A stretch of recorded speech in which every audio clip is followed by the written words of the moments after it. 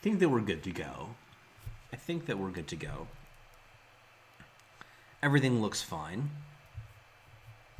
So when people show up, you'll let me know. I see there's 2 people in the lobby as of right now. Oh, hey, Eliak, thank you for stopping by. What's the yipes? I don't get it yet. I don't get it yet. But we're gonna get started. We're gonna watch some ETS action. Doing the top 8. I'm having it on 2 times speed. It's also, yeah, it's muted. You guys are not gonna hear it, which is fine. Yeah, you look like IFC what yipes. I don't know who that is. I'll look that up later. Okay, so I'm just gonna go through this at 2 times speed because most of the stuff, there's a lot of obvious shit that's going on here. So you'll see I'll stop stuff and slow stuff down when interesting stuff is happening. So far, obviously, not a whole lot has been going on.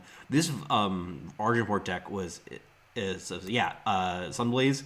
That is that's the goal here. Doing some recap related stuff, watching through the top 8, because also it's something that's it's just interesting to see how the decks function and everything like that. So for instance, I'm very curious with this Argenport deck to see what it has to do because I've never seen it before. So we get the Howling Peak Smuggler. This is also kind of like what I do when I did my Game of the Week stream. So this is going to be kind of like that, but a little bit more informal. So we have the Polymorph, which is a weird choice in my mind here. Do you really think... I guess it's good for Tavrod. This deck looks like the Genève side seems like turbo dead to a Tavrod. I mean, you're going to have lots of problems here, actually, the more that I kind of see it. I fucking hate Genève as a faction combination. It just seems to have so many problems. I really, really just hate it.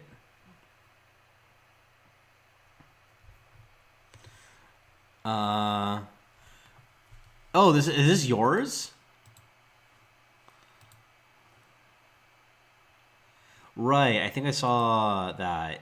Hear all about it. I'm gonna just quickly. Okay, I could. Oh, there's a lot written here. That's a big surprise, given the fact that the author is Ilya K. That was a shock. I didn't have a good record.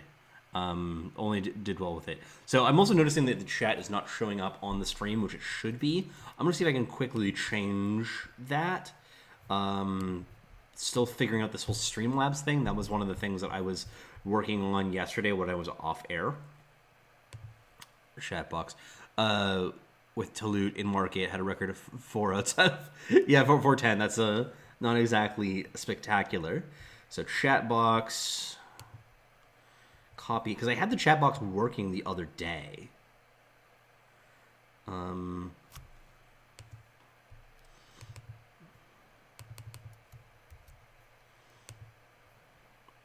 someone say something in the chat just so that I can see if it starts? Because if not, I'll have to just destroy it and then bring it back. Kill it and then resurrect it. I still want us to figure out what's going on with the resolution thing because when I'm watching on the stream, thank you, JD Knight. We have a failure here, so no buenos there. Let us destroy the chat box and bring up a new one. And if this doesn't work, then I will try it again for tomorrow. This takes a few seconds to load. I don't know why it's super slow to load, even though it's just a browser page for it. So this will take a couple seconds. Well, people are still coming in, which I'm happy to all have you here. Also, this should mean that after streaming today, this is my 7 days in a month, so I should have affiliate status tomorrow. Can I get another something in the set? Oh yeah, there we got a nice OBS studio. Very, very cool. Sure, what everybody wanted to see.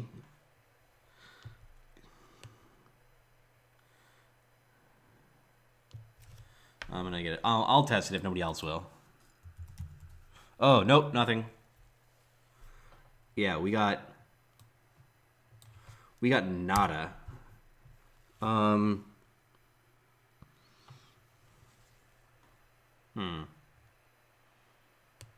No. I'll figure that out later. I can just watch the Twitch stream for when people are chatting. But in that case, we'll get started. But yeah, I'm not going to read about the deck right now.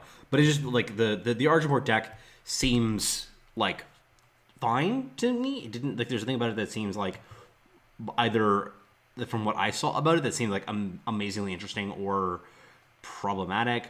Like it's all fine stuff. I like the fact that Fenris Nightshade is getting some play now. That's really cool. So going back into the market, getting a downpour. People fucking love downpour now. Oh my lord! It just seemed like everybody like was waiting for this patch to happen, and everyone was like, "Oh my god, this is amazing!" I've been thinking about it previously because I was playing the Howling Peak merchant in my Kenadin deck, but now it's like finally online, and it's been rocking people. I really love it that it has this room now in the metagame that just this card has been unlocked. We're about to get into Vara territory, so I think it'll be pretty hard for TCG Cthulhu to beat that. I mean, as it's the case for most decks, it's pretty hard to beat that. Regent's Tomb, Lingering Influence. This seems like a good way to get to that 8 power, which is necessary, obviously. Zalchi is like his chance of getting into it. I guess he's at 2 life. Holy shit.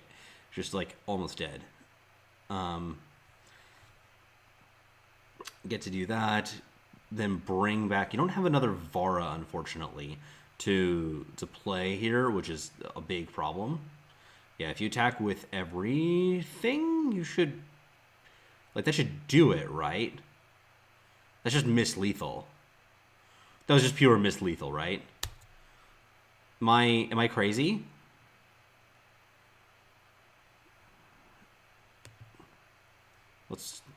Oh, that's... Why is it so... sensitive? Oh god, I've made a terrible mistake. So JD agrees with me, so I'll just go with that. Okay, we're gonna watch it again. We actually did find a good spot to do it. Okay, bring it back. There are 2 blockers and 3 attackers, and all 3 attackers are lethal. So yeah, you like Zalchi is blocked by Vara, Sandstorm Titan is blocked by that, and like there's no power up. So yep. Yep, tapped out too. Yeah, you're totally right. Definitely 100% miss-lethal. I mean, still, you're going to win here because you just have shit on shit on shit. I guess you have 4 blockers now. Oh, God. That feels real bad. I feel like there were some misplays that happened there. Especially because I think you should just play out Show there, because if you attack with it, you can activate it for 2 and then you win. In a lot of cases, so I mean, whatever. Okay, we're fine though. The fact that he didn't have any lifesteal meant that it was really hard to come back there from Num's side. So needed that Vara, the baby Vara, to have that work. How's everybody else doing today? Anything else that stuck out to people who wasn't in the top 8 in the wasn't in the top 8 in the tournament? The fact that I saw one Vara deck that got into the top 8 made me really happy. Because I'm obviously a big fan of that card. Not obviously, I kind of was shit-talking it in the sense that it should have been nerfed hard back when it was nerfed. I was agreeing with it, but I think that she's a great, like, fun card, too.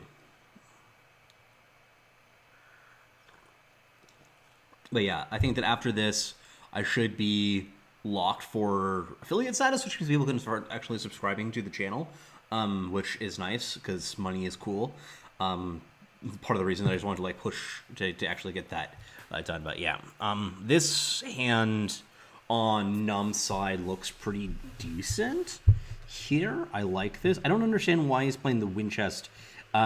Is there a reason, Iliad, why he's playing the Winchest cargo over something else? I guess it's a decoy on turn 1.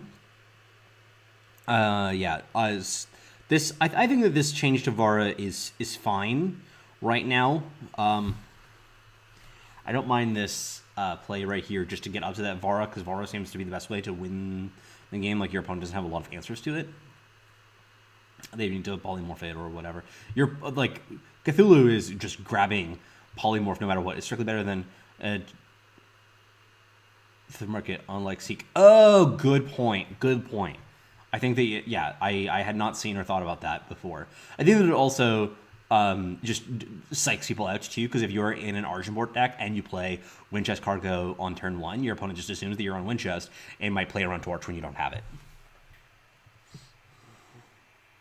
Yeah, I mean, anybody who's doing that though, like either they're bad or they're fucking psychic. Like either that's the best play imaginable or it's fucking terrible. Okay.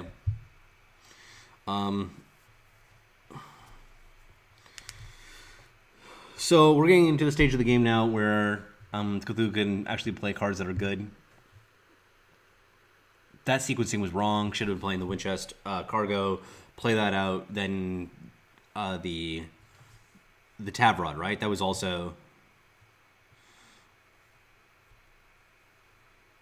Yeah, it was in his hand the whole time. Yeah, because like that was just a misplay again. I think that you just take the 7, yeah. Oh,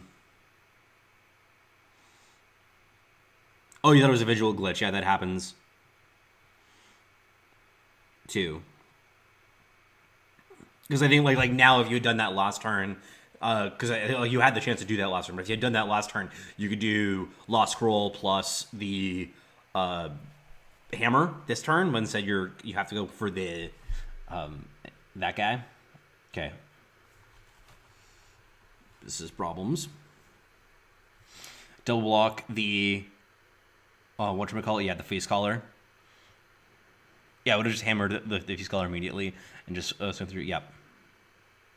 Okay, so we're experiencing some technical difficulties, I think, on the side of Numaro. Yeah, he just has it in his hand, so I think that he definitely missequenced that because he could. Wouldn't be at the 8 by now, but it would have been really friggin' close. I do like that attack there because, like, you're probably actually. I almost like keeping one, like just the 1/1 back, just as a way to keep yourself from dying if your opponent has the removal spell. Like, it's not obviously great. Yeah, you murder the Jotun Via Scholar. The Jotun Via Scholar is like the easiest way to lose games. If something goes wrong and your opponent has the Jotun Via Scholar in hand, things go real wrong real fast. I feel like this deck needs more life gain. I don't know where you're getting it. I don't know whether you want something like, what do you call it? The oh god, hitting this fucking hurts. Wow, this is bold. Okay, yeah.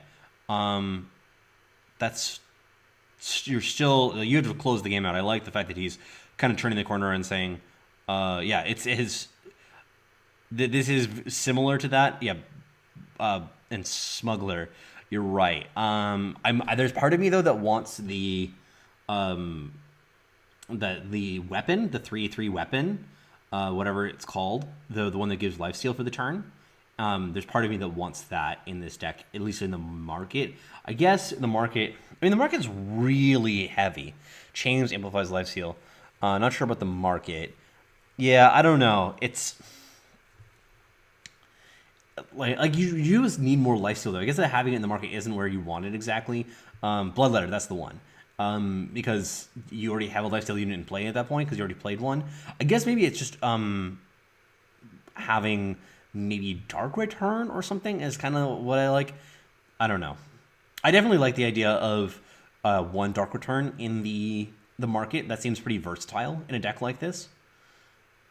Especially like it's just so heavy with bullshit. Like you have the Telut and the chains. So, I don't know. Thalshan, that seems possible too. I don't know. I just feel like, yeah, like both of these games, just watching them, he kind of just got burned out. Maybe that was just kind of, hindsight's 2020 kind of thing.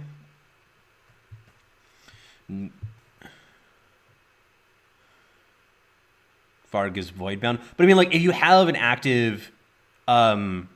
Dizos. Yes, I like that one. I really like that. That makes a lot of sense to me.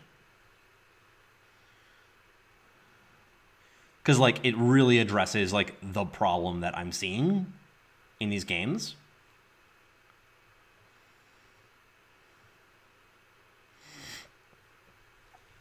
over the Telu. Yeah, that makes sense to me. Yeah, it's just like my issue with the Voidbound thing is like if there's a Vara active, you're probably winning anyway. So like especially if you Dark Return back a Vara, which it can definitely happen in some games. Like who really cares? Yeah, I think both to like Tolut and Amelie and Martyr Skin seems like you're kind of just like hitting the same angle again and again and again in some ways. I don't know. I think that you could kind of diversify the angles to some degree.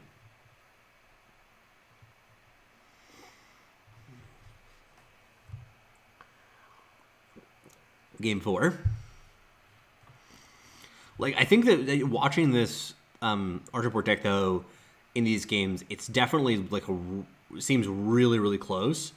Keep the opponent on the defense. Yeah, threats up the curve. Yeah.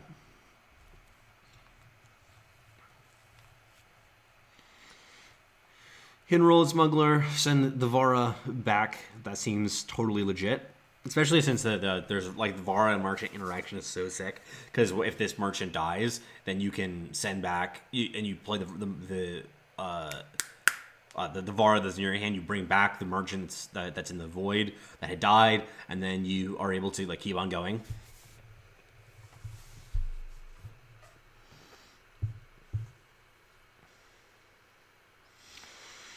All right, Jotun V Scholar. See what happens. Are we gonna double removal spell this? Because I think you have to. Yeah.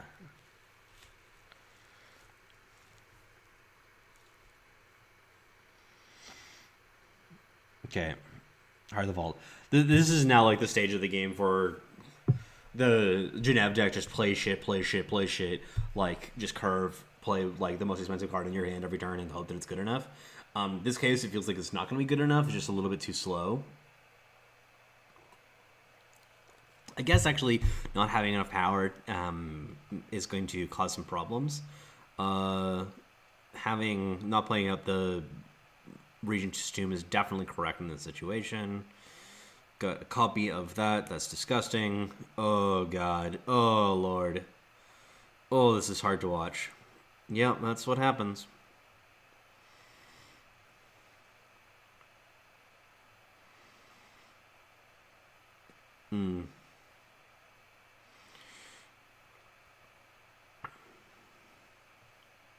I have to say that that 2-3 has done like wondrous work. Just really really rocked it. We get another here. Well, we want one more damage or 3 more damage rather. Very close. Yeah, I mean, like Heart of the Vault is just this fundamentally kind of broken card. And it's really hard to watch it kind of do this nonsense again and again and again. Well, there's part of me that really just wants to fucking jam with the Regent's Tomb there for just lingering influence. Oh, that was gross. That was the best Howling Peak Smuggler I've ever seen. Jesus. Okay. I don't have no idea what we have in the void right now. Yeah, I think that there was definitely a line there for Numero to get through this game. It's just like this was a really rough particular set of plays. Okay, yeah, we're done here.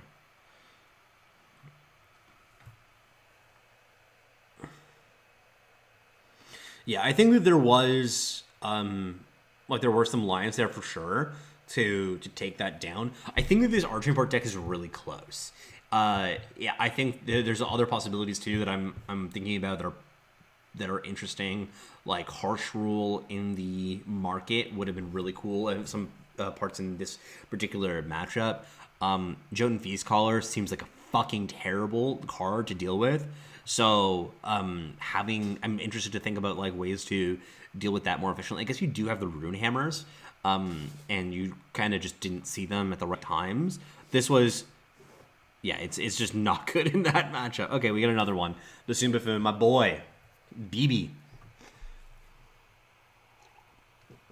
Oh, I love this deck. The Canadense is a deck I could just watch all day. I really am and totally have been in love with this deck for as long as I've seen it.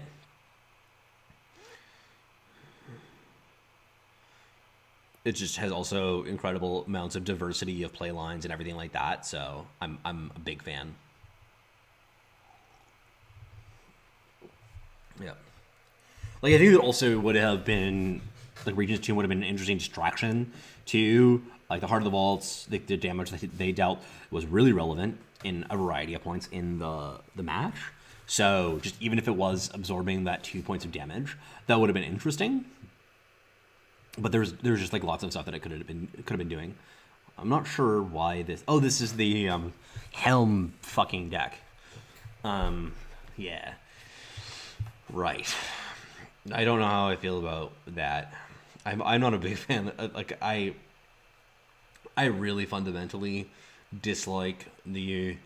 Actually, it could have been from a ambition display of ambition, maybe miscast display of ambition, which is always the best.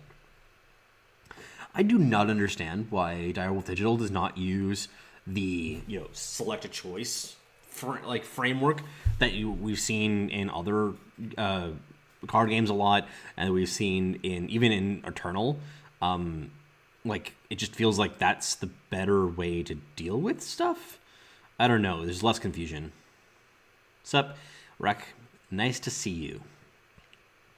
We just watched BB take down this wretched wind chest deck.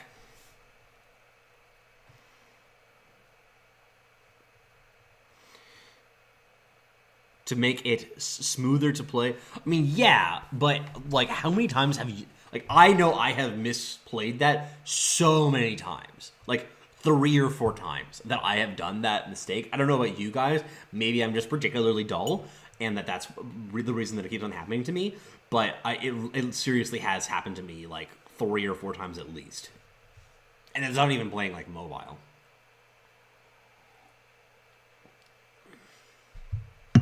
But I also find even like sometimes when I'm like trying to click on the like the field or whatever, it just doesn't like register. So I don't know.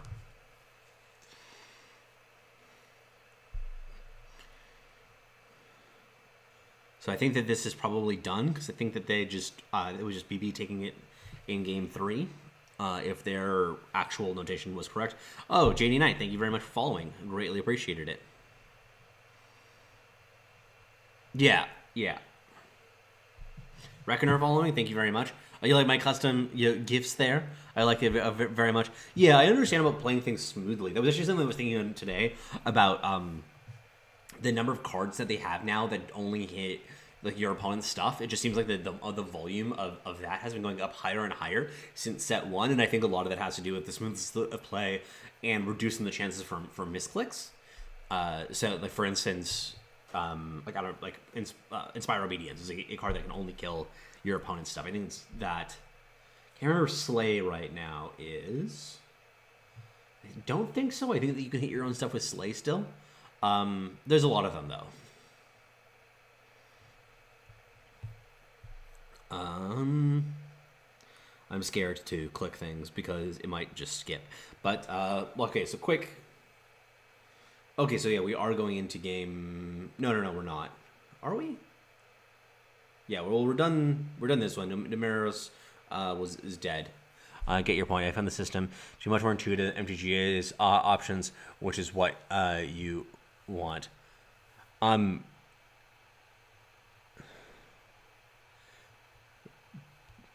Play Vank Blade, Vank that unit. Oh yeah, that's a classic. That's a classic. The other thing that you could do with that,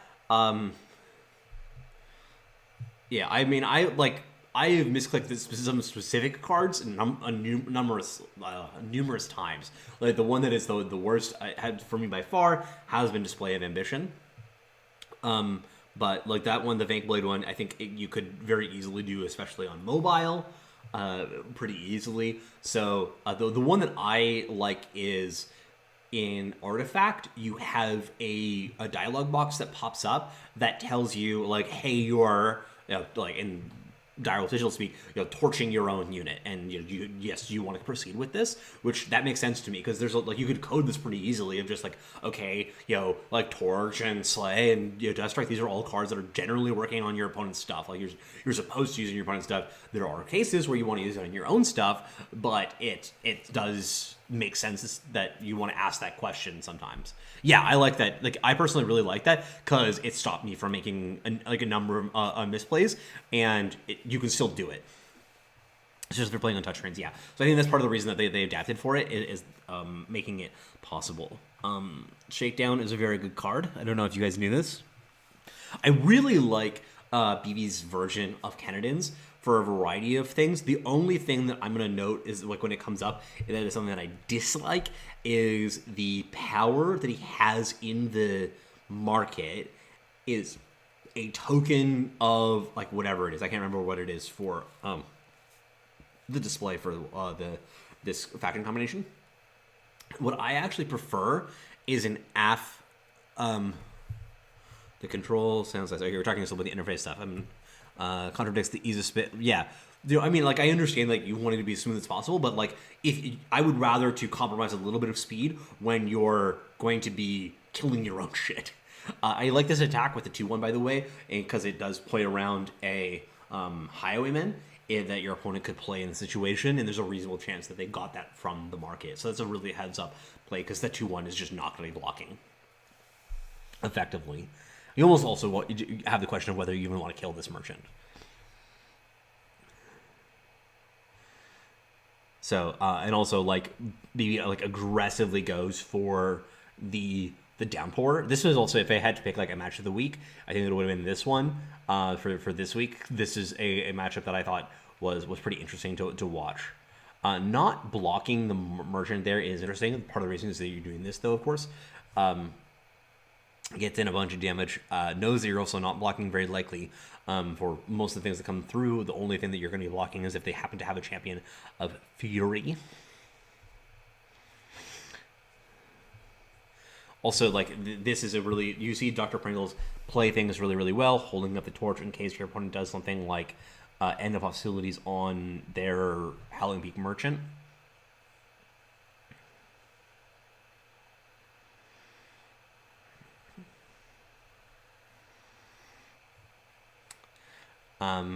But yeah, the thing that I was going to say is that in his market, in BB's market, he has the token that works with this faction combination. The reason that I prefer I prefer a banner, an off faction banner, like a semi on faction banner, like Huru banner or something like this, is because you will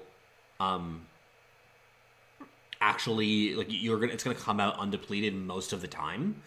For, like, in this kind of a deck, like, you usually have stuff on board, especially since you've played out a merchant already, and that coming out undepleted is, in my opinion, way more important than it coming out with having access to both the fire and the primal influence. It's, like, obviously it's not going to come up, like, most of the time, neither one of them is going to matter too much. Especially because that's sort of, like, they can remove all your units, and that you are going to be coming in depleted either way. But that's, like, one of my personal preferences in this, that I really want to have the like, something like a Huru banner.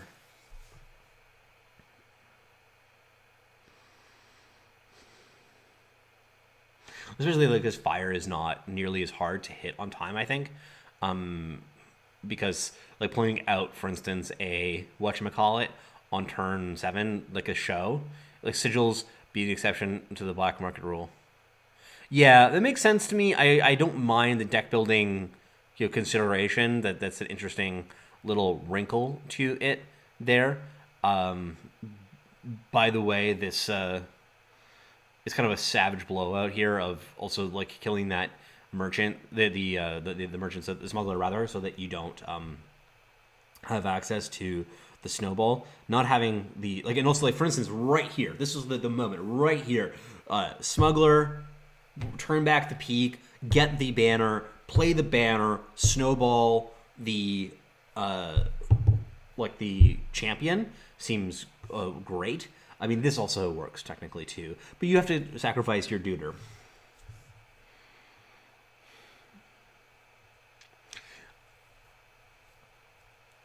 So I don't know. Maybe I'm just like seeing things through like a particular like mindset. I'm just like noticing like watching right now how bad the glare is off of me. I need to figure out how to reduce that at some point. I need to enhance my streaming room quite a lot. I don't know how bad the echo is today, but I know there are some days that it's noticeable. Let's just put it that way, because it's a very empty room that I'm doing this from. The dungeon of the basement of my house. It's scary as fuck, by the way, when your opponent Dark returns back a champ when you're at 11 health. Jesus.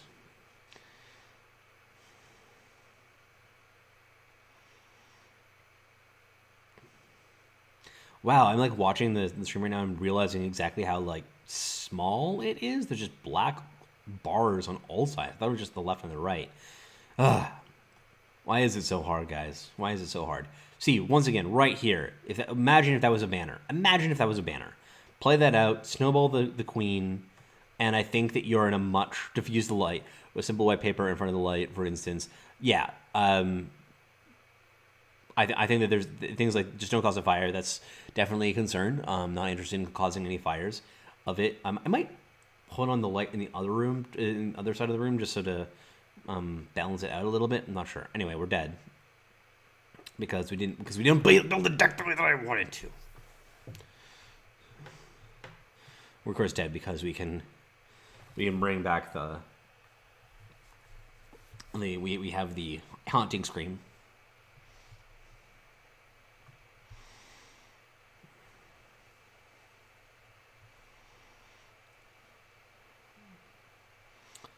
This is an interesting matchup, though. Like, using end of hostilities on the correct stuff. Just like this build of Echenidans is really interesting. Like, loading up on 3 hurlers is so interesting, with especially also loading up on the merchant effects. 2 show is a little bit harder for me to stomach. I think that I would like maybe 3 show, 2 hurler. That's kind of picky, to not say the least, but still. And like just also watching this, that when the Howling Peak merchant stays in play, it just looks so damn good.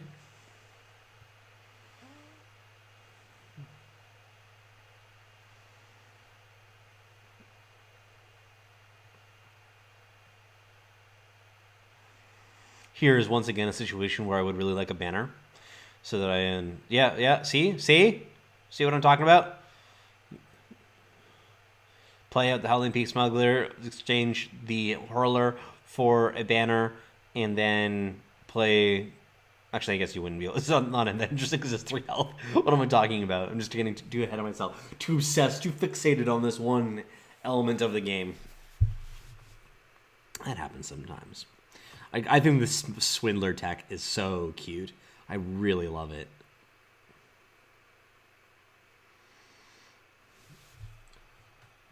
Permafrost on it too, on the Grenadin, like damn. That's cold.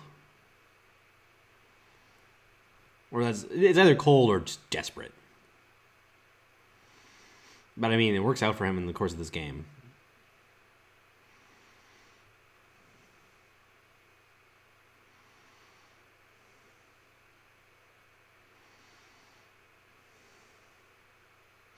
Oh right, this is what I remember. This situation.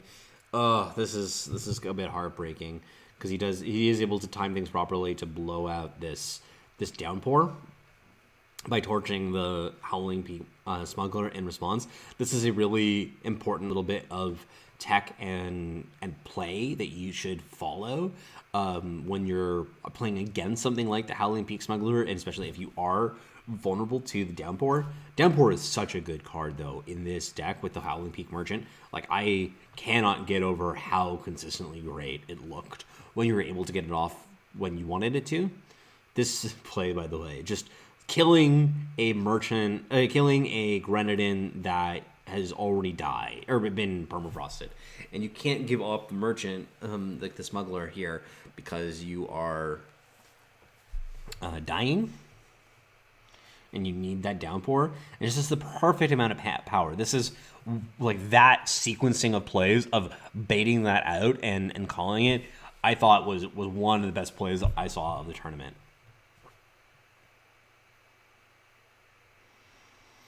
Very patiently played on Dr. Pringle's side. I mean, he knows what he's doing. The guy's an expert.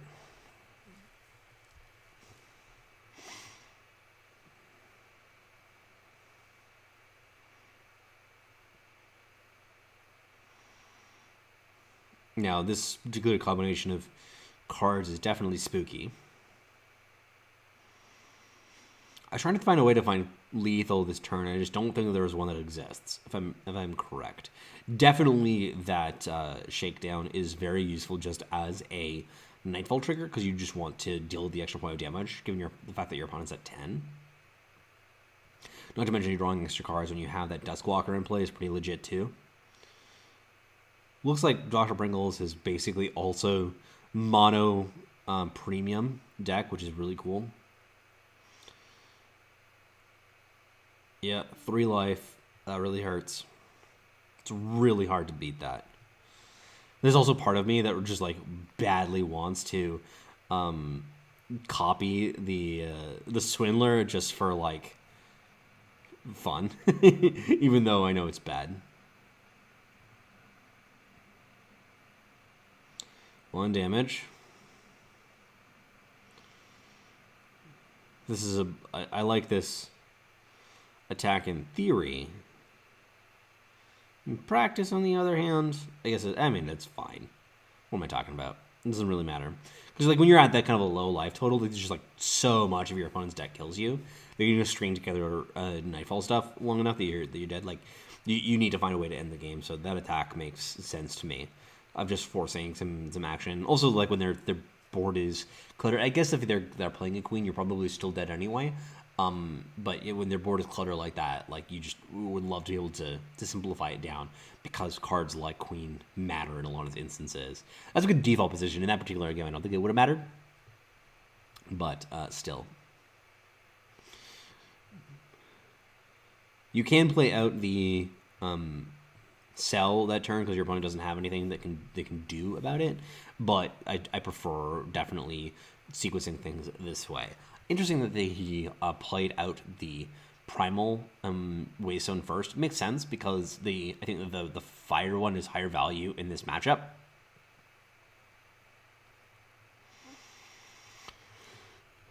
Sell. Yeah, your opponent can't do anything about this. They're stuck on 2 power. You just need to do something interesting here.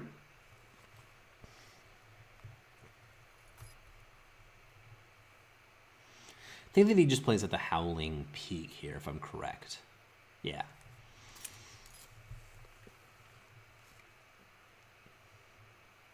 I don't think that you want to do that on that Grenardin. Yeah, you don't want to on that Grenardin for this exact reason. I mean, that's actually kind of like a pretty standard one. Oh, I remember this too. Okay. Yeah, it's all coming back to me. Okay, so that of course is the play here. Now, in this situation, what I want to do, I'm actually going to stop it here. I want to do is to play out one of our Grenardin boys. I think the Spark Hatcher is probably better. And actually, no, yeah, you play with the 1/1 Grenardin, you sacrifice it, you copy the 2/2 Grenardin drone on the other side so that you have a board of 2 2/2s and 2 1/1s, and now it's really hard for your opponent to get through on the ground, and they have to do 18 points of damage functionally in the air or through like something like quick draw effects or something like that, and you can chump block and feed yourself forever, right? Like that's just, it's all clogged up to shit, especially now that you've gotten to this position where you've gunned down the 2/2, and you can probably even copy it for next turn. Like, if you play out a show here, there's just stuff that can go wrong. like madness. Your opponent's hand is like filled with bullshit. There's like so much stuff. Yeah, two fours and two threes. Yeah, that's for the turn. Yeah, like that. So like your next turn is great. It's really hard for your opponent to fight through things. They were going to be forced to maybe like torsion response to your mirror image the next turn. I mean, like, I just think that it's really hard to die for a while, and given how much fucking gas you've got in your hand, I'm personally really inclined to take a conservative line here rather than playing out show, which feels like a more, you know, all-in play. So maybe that's me. I mean, like, you get the point. Like, it's just like definitely that your opponent like can't attack into anything next turn, which gives you a whole turn cycle of just buying time and playing out more power and setting, like, trying to find your Canna, all that. So I don't know. I really like it personally. It's a little bit unintuitive of a play, but this is one of the ones that I would have done differently.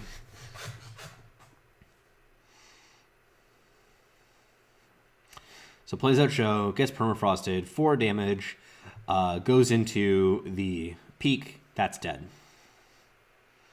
And like, you were just totally dead to that. You could have been, like, your opponent could have madness it. There was just so many things that could have happened there. You get that exact thing. Now you do get to use the end of hostilities on the show here, which is cool. Don't get me wrong. Yeah, I mean, if it was 5.7 mana, you know, maybe that's different. Or 5.7 billion mana, maybe it was different. But it was just, you know, just 6 mana. God, this is so disgusting. I like, and now you're just taking way too much damage for it, and you're kind of too far behind. They have the Madness Combust plays there, because like in some respects, when you get material out on the board like this, especially when your opponent has a crowded hand, you just feels like you're setting your opponent up for doing something gross. Yeah, I mean, like, I don't blame anybody for missing that line and that, you know, intuition. It's also important to remember, like, this is, you know, caster vision that we have right now, so that's, like, I don't blame him, but still, that was one that I think I prefer the slightly fancier lines.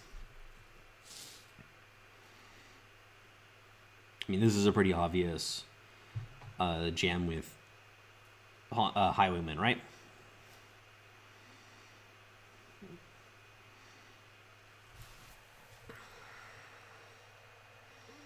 Oh, I get why it's the black on the top and the bottom now. It's because we're in Twitch. Can I change the settings for it? What's this? The quality, advanced mini player. Don't think any of this works. Yeah, we're just stuck with it. We're gonna get mad borders all the way around. You're gonna like it.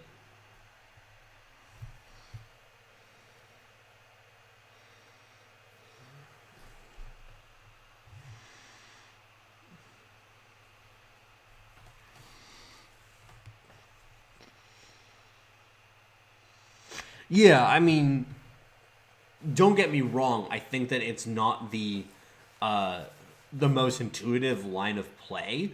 I just think that it's correct in this situation. So yeah, I don't blame anybody for missing that line. Just like when I watch it, like my instinct for playing the Canadians deck a lot is I just wanted to build a wall with my Grenadins, and this gives me all of those options and really does that. But like that's part of the reason that I've played this deck a lot.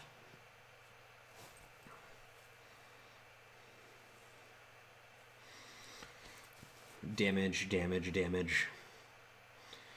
Yeah, I think that Dr. Pringles also played this really, really well too. Like this game was not obvious for him, and I think that he sequenced things properly to kind of bait his opponent into the worst possible lines. Like even like subtle things. I didn't even mention this, but he held the power for the combust at one point, which really like I think reinforced your opponent, like the play, the line of play that you saw, which worked out best for him. BB's obviously at 1, and there's a Haunted Highwayman or there's a highwayman rather. He's not haunted yet. Just a regular old highwayman in hand that is going to shoot him in the face. But instead, BB counters it by shooting himself in the face first. So very good style points there. Hello, everybody, by the way. There's a bunch of new people here. 16 viewers right now. Thank you so much for joining us. The purpose of the stream today is to just watch through stuff that's happening in the ETS Top 8 that happened yesterday and a review in terms of learning about the decks, learning about the players, etc. This is kind of like a more informal version of my Plays of the Week. Or the Game of the Week series that I used to be doing, but just doing them all because, you know, we're here and we can. So just watching it through at 2 times speed and talking about it. At least people aren't calling him Bandit King anymore. Yeah, that was fucking terrible. I don't know why they did that for a while. Or like Fred was another one. I didn't like that one. I am selective in my like shitty nicknames, and definitely one of the classic ones is the Diesels, of course. That is one of my favorites of all time. But outside of that, there's, I mean, Darude obviously is great as well. But there's a lot of other the shitty nicknames that I'm not a big fan of. Yeah, okay. Back into it, I think. Or maybe this is the next round. Don't remember exactly what game we're in right now. Happy, though, to see, of course, the Canadians deck do well. Royal Burn is his name. I hated that as a name. I hated it.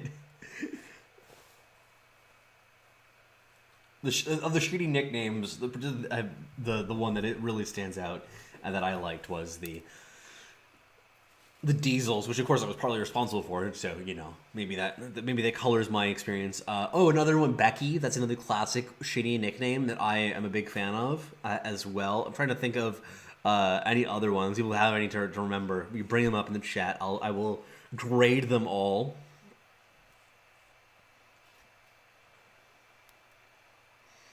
Yeah, Becky was one of the ones I came out like strong. Basically, day one is like she is. Becky Lumen is now Becky. Carrie, less popular. That's true. Also, one that I was partly responsible for. I was pushing that one pretty hard early on, so I'm also a fan of that one. I think you're seeing a little bit of a pattern here. if I didn't make it myself, it's terrible. If I did make it, then it's great.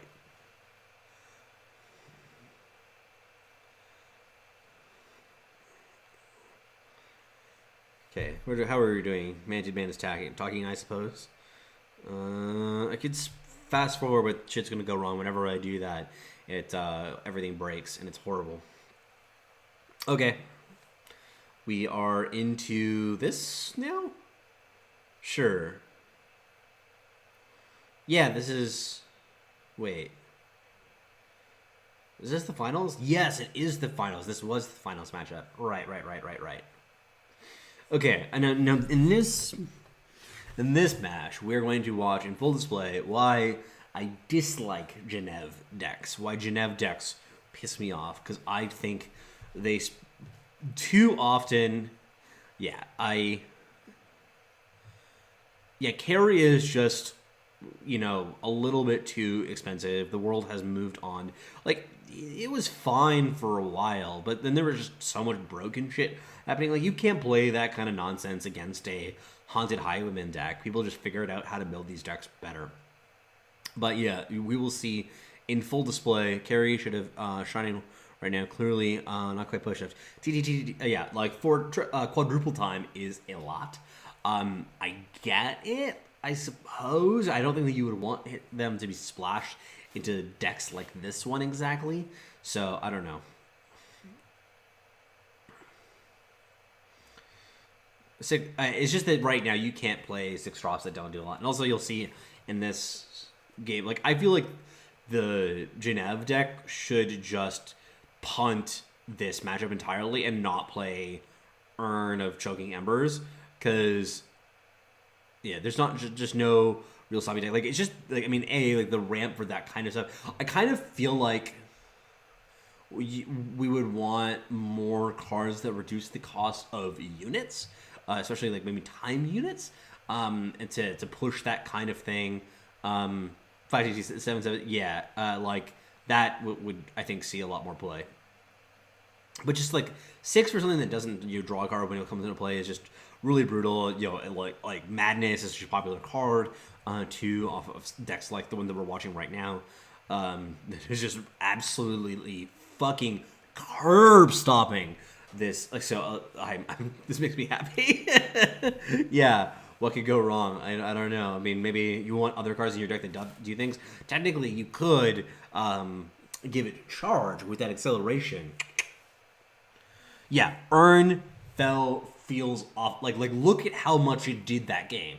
You would have any day of the week preferred a power in that situation to a to the Earn. It just did fuck all. So I hate it. Like if you're playing that in your deck, it has to either like crush the decks that you're playing it against to make it worth it, or you should just punt the matchup. Like, it's narrow, it doesn't do enough in a lot of situations. Like, it has to be like really specific, really turn things around, and I just don't think it does in this deck. Like, we're gonna watch the whole thing because I just enjoy watching this Genev deck get fucking destroyed because it just looks and feels awful of a build. By the way, this was a horrible sequencing right here. And there was actually a 2-drop in his hand, I suppose. Actually, no, there's going to get equivocated because he should play out the banner first so that he could actually play out the 2-drop that was being equivocated, knowing the fact that he had playing against an equivocate deck, but, whatever. Yeah.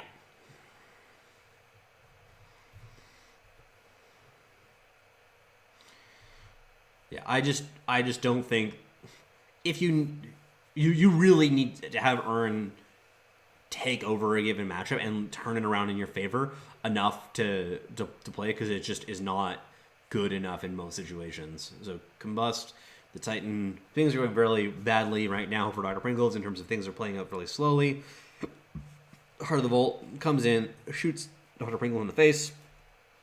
Crunch comes down, Permanent Frost, Heart of the Vault. And a crest comes down, put something on the bottom. Don't get to see what that was. Like, I think that Earn is decent in this matchup. Like, if I could start the game with it in play, it would be cool. But it's just not impactful enough, consistently enough. But I mean, like, technically in this game, it would have been really good if it was that. I think that it would turn the tide here against it. It's just, I don't know. The games, it's not only just narrow in terms of the matchups, it's narrow in terms of the games. Like, the games have to play out in a particular way in order for you to actually get the most out of a card like that.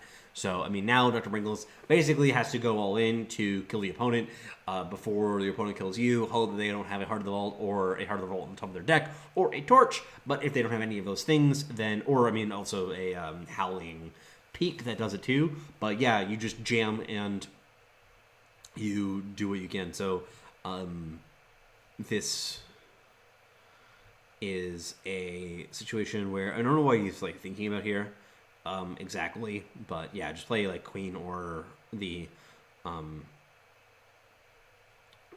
what would you call it, the Vicious Highwayman. So this game, like, we saw the early game, right? We all saw the early game, and Dr. Pringles wins the game anyway. Like, this game was not good for Pringles here, and he's still like it was only close, but he was like a full turn ahead of his opponent in terms of the clock. So this is part of the reason, like, I think this matchup particularly looks abysmal.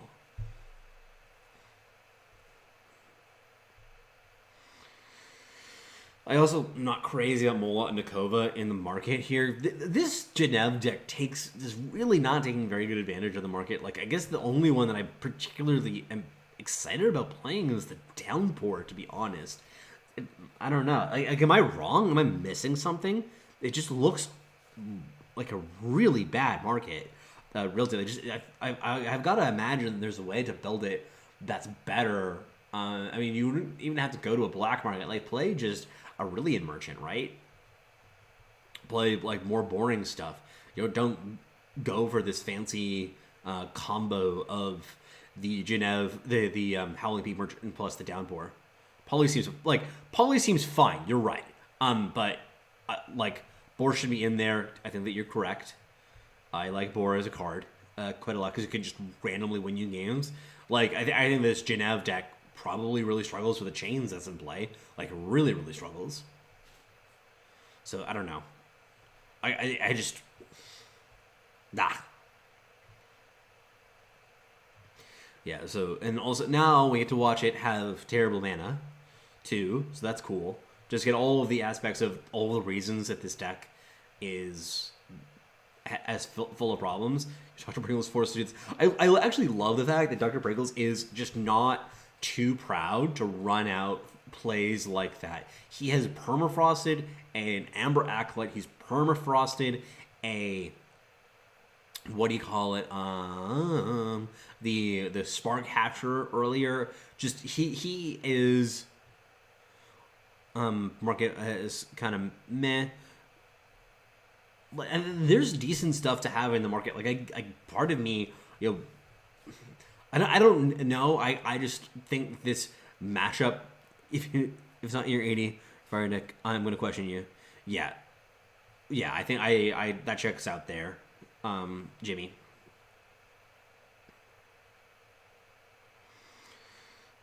But yeah, Dr. Pringle's also just I specifically as I was kind of trying to say before I got distracted with other stuff. Yeah, we're actually 2019. What the fuck are we doing here? I mean, the reason why is because this deck has horrible fucking mana, and you have to play something like that in order for your to be able to hit your faction requirements, which is triple primal, triple time, triple fire. Like, wah!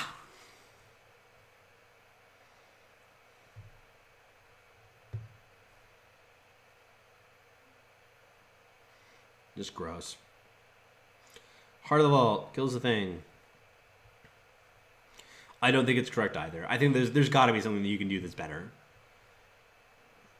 But I mean, like, maybe I'm just biased against this deck. I know that I don't like it. Can make it compared to a lot of other people who are quite good. So yeah, take it out with a grain of salt. I know I'm biased against it, but still, it just like every time I see this and play this deck, just it's either A, you die to random bullshit aggro, or your mana doesn't work out well, or I mean, like it's true when things go well, the ceiling on the power is so good. Yeah, Petition and Cargo exist. The thing with Cargo, I think the reason they don't play Cargo is because it you need triple, which tells you a little bit about their mana situation, that there's just a little bit too much going on there, I think. Yeah, I don't think it can be correct either. It's just too low impact of a card. If you're playing it in Chalice, that's a different thing because it's part of your engine. But I'm never happy about having it in a deck.